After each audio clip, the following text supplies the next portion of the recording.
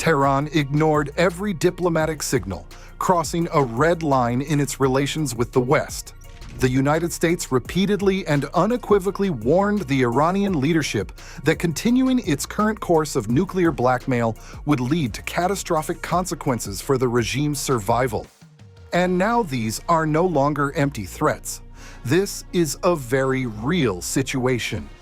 At this moment, the Middle East is witnessing an unprecedented concentration of American naval power. The start of a full-scale war no longer feels like a hypothetical scenario, but rather a matter of time and political will. If this conflict enters a hot phase, Washington already has a carefully developed plan that guarantees not just victory, but total military and technological dominance. The foundation of the upcoming operation is an unprecedented naval deployment that is reshaping the global balance of power. According to the New York Times on February 12, 2026, the Pentagon is redeploying the newest nuclear-powered aircraft carrier USS Gerald R. Ford, accompanied by an exceptionally powerful escort squadron from the Caribbean straight to the Middle East. According to senior sources cited by the publication, the carrier is not expected to return to its home port before April, and possibly not until May.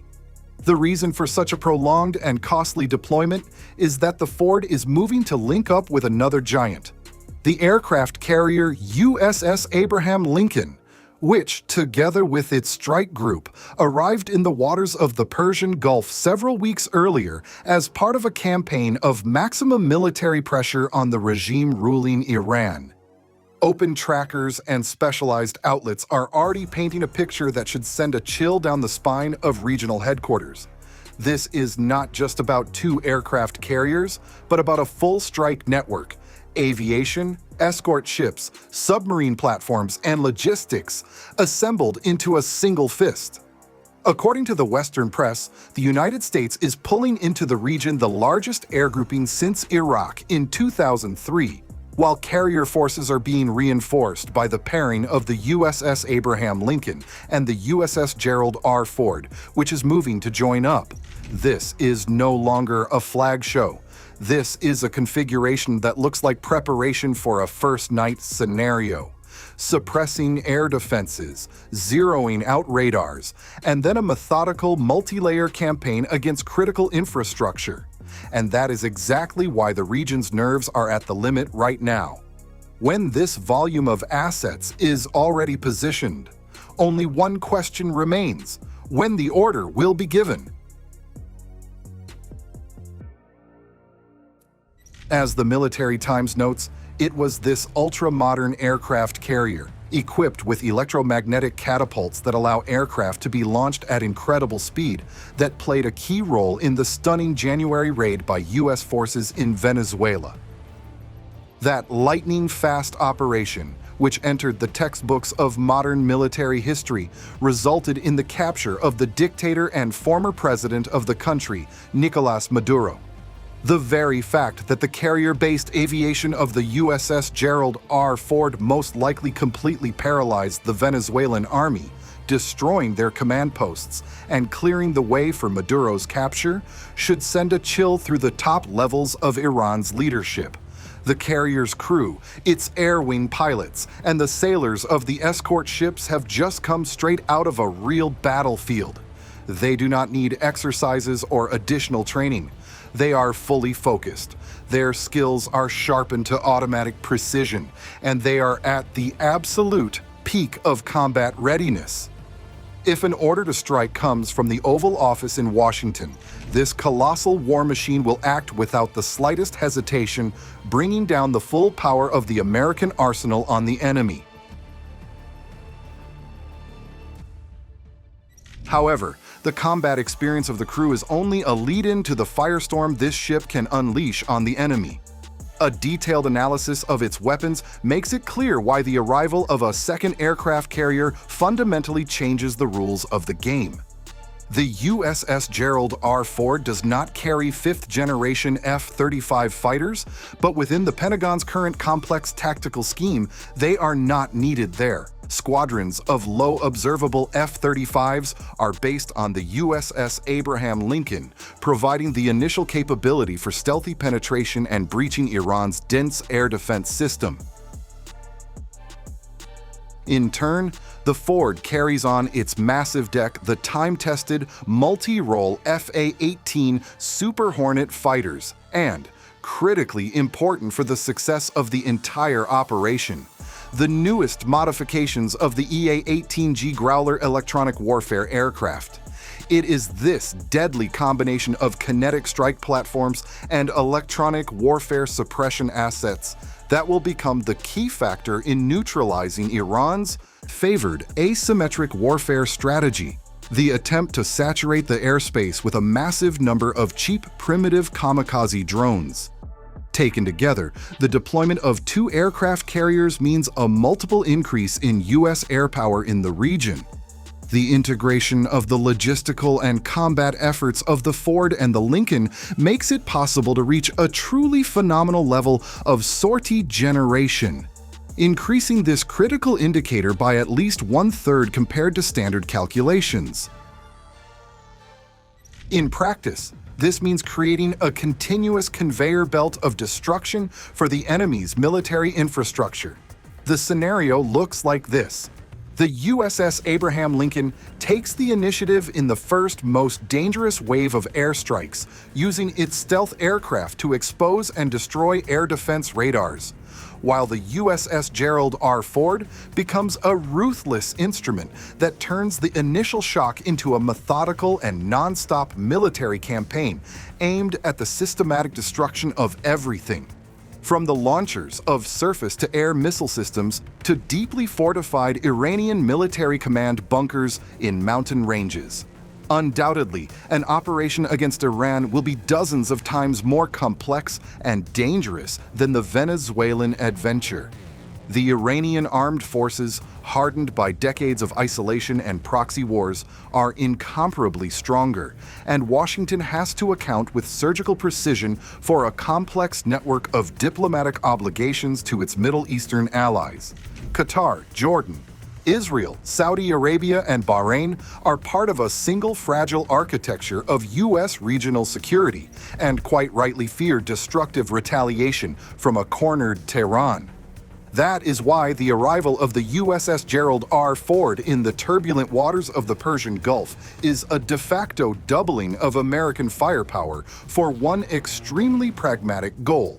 If war begins, it must be ended as quickly, harshly, and with minimal losses for the coalition as possible. The reasons why the United States is ready to step over the dangerous line into a full-scale war lie in the systematic failure of attempts to contain Tehran's ambitions through diplomacy. The latest exhausting negotiations on a nuclear deal, meant to stop Iran's movement toward creating nuclear weapons, have finally reached a dead end. U.S. President Donald Trump already issued Iran a final non-negotiable warning on February 12th, publicly stating that rejecting the deal would bring very traumatic consequences for the state. According to reports from France 24, the American leader specifically emphasized that Washington sincerely does not want such a radical turn of events, but the stubborn absence of an agreement would make a force-based scenario absolutely inevitable. Even then, sending a second aircraft carrier was being discussed in Pentagon offices, and now those words have become reality. A stage is beginning that Trump described as Phase 2, a stage of direct, uncompromising military confrontation.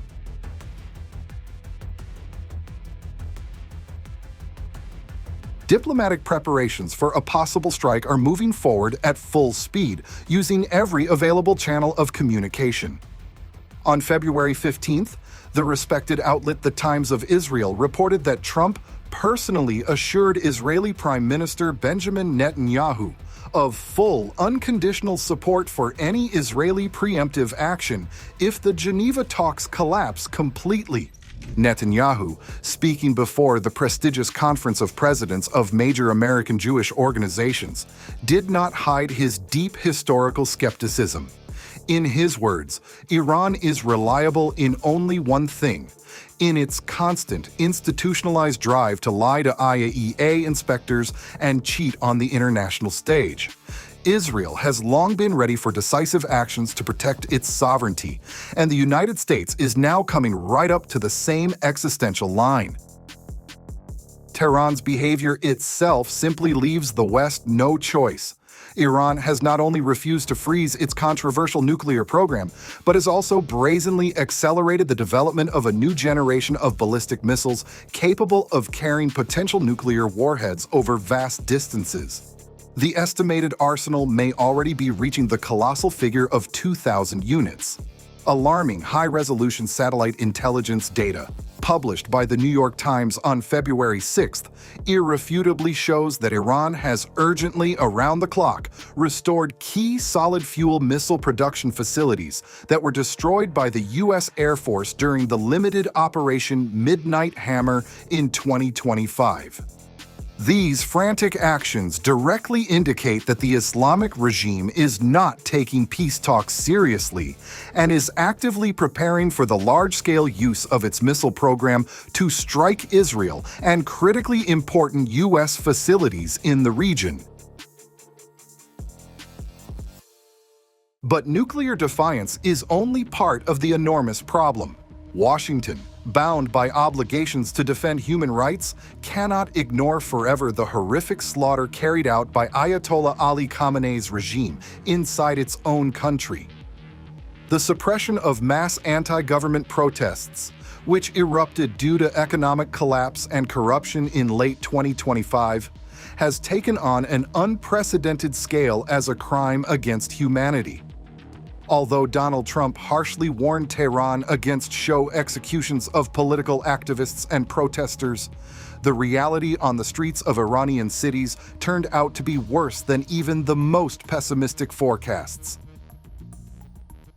According to secret internal documents from police and hospitals, carefully reviewed by the independent editorial team at Iran International, during the brutal suppression of the protests by the Islamic Revolutionary Guard Corps and the Basij militia, more than 36,500 unarmed Iranians were killed on January 8th and 9th, 2026 alone. This monstrous figure exceeds the initial estimates of human rights defenders by 15 times and demonstrates the regime's absolute detachment from reality, its panicked fear of its own people, and its readiness to cynically ignore any red lines drawn by the United States and the international community. Iran's retaliatory demonstrative actions, such as the staged appearance of IRGC militants on the deck of a converted civilian container ship while shouting "Death to America," only underscore Iran's blind confidence in its own strength. By trying to demonstrate readiness for modern naval combat using a merchant vessel, the IRGC is rather creating an absurd illusion of power for a domestic audience. However, even this illusion, fueled by propaganda, requires an extremely serious and harsh tactical response from the Pentagon to eliminate any possibility of miscalculation. A logical question arises. Why does the United States need such colossal naval power against a country whose outdated fleet objectively poses no serious threat to the U.S. Navy? The answer lies in the doctrine of asymmetric warfare, which Iran has been forced to refine for decades while under heavy sanctions. The Islamic Republic possesses a dense and complex integrated air defense system. Its backbone includes modern Mobile S-300 and S-400 systems illegally acquired from Russia, covering strategic facilities. Tehran's arsenal includes countless, constantly replenished cheap Shahed series strike drones, thousands of decoy radar targets, relatively powerful GPS signal jamming systems, and potential ground-based interception capabilities against fourth-generation fighters. In addition, Iran traditionally relies on strategic geographic control over the narrow and difficult-to-navigate Strait of Hormuz, through which 1/5 of the world's oil supply passes. There, the IRGC plans to employ mosquito fleet tactics, swarming attacks by ultra-fast boats packed with powerful explosives, and to actively rely on loyal regional proxies such as the Yemeni Houthi militants, ready to strike maritime shipping. For a single, even the most modern carrier strike group, repelling a simultaneous coordinated attack of ballistic missiles, hundreds of drones, and dozens of suicide boats from multiple directions would be an extremely serious test, potentially leading to a breach in defenses. But the presence of a second aircraft carrier completely disrupts Tehran's asymmetric strategy. With a limited number of modern missiles at its disposal, the Iranian command would face a fatal choice: either concentrate absolutely all its strike forces on one American naval group, leaving the second completely free to deliver devastating counterstrikes against launch sites, or disperse its already limited resources. Dispersion would make their attacks too weak and insufficiently synchronized to break through layered American defenses.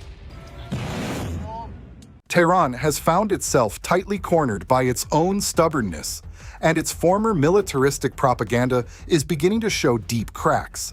On the eve of what may be the decisive and possibly final round of emergency talks in Geneva, Iran's official rhetoric has subtly but noticeably shifted toward a softer tone. Deputy Foreign Minister Majid Takht Ravanchi recently attempted to awkwardly shift responsibility onto the American side, stating that if the United States demonstrates sincerity and lifts part of the suffocating sanctions, the path to a compromise agreement would miraculously open. The talks in Geneva, held on February 17th and lasting about 3 hours with Oman acting as mediator, ended without a sensational breakthrough, but with a clear understanding of red lines. Donald Trump's team, represented by Jared Kushner and Steve Witkoff, made it clear that the United States will not settle for symbolic concessions. The sides reached only a general understanding on a set of guiding principles that could form the basis of a future agreement, if Iran presents concrete and detailed proposals within the next 2 weeks on scaling back its nuclear developments. The Iranian delegation, led by Abbas Araghchi, described the meeting as constructive, yet behind this softened language lies intense pressure. While diplomatic wording was being discussed in Geneva, American fighter jets continued arriving at regional bases. Trump has already stated that a decision on further steps will be made within 10 days, emphasizing that the absence of a meaningful deal will lead to bad things. For Iran, this marks the end of the road. Either full capitulation on the nuclear issue or a confrontation with a military machine that is already in motion. The situation has reached its peak. At this moment, the United States has likely concentrated the largest amount of strike forces and assets in the Middle East in history. This unquestionably creates an unprecedented numerical and technological advantage that leaves Iran with virtually no chance in a potential confrontation. The probability that something will happen in the coming days is now higher than at any previous point. The clock is ticking, and tension in the region is steadily rising. Despite tentative signals about possible compromises, the real situation looks far more threatening. Iran, as has been repeatedly reported, has effectively walked away from genuinely productive negotiations. Moreover, Tehran has responded to American pressure in the most radical way possible, with readiness to officially declare war on the United States and Israel.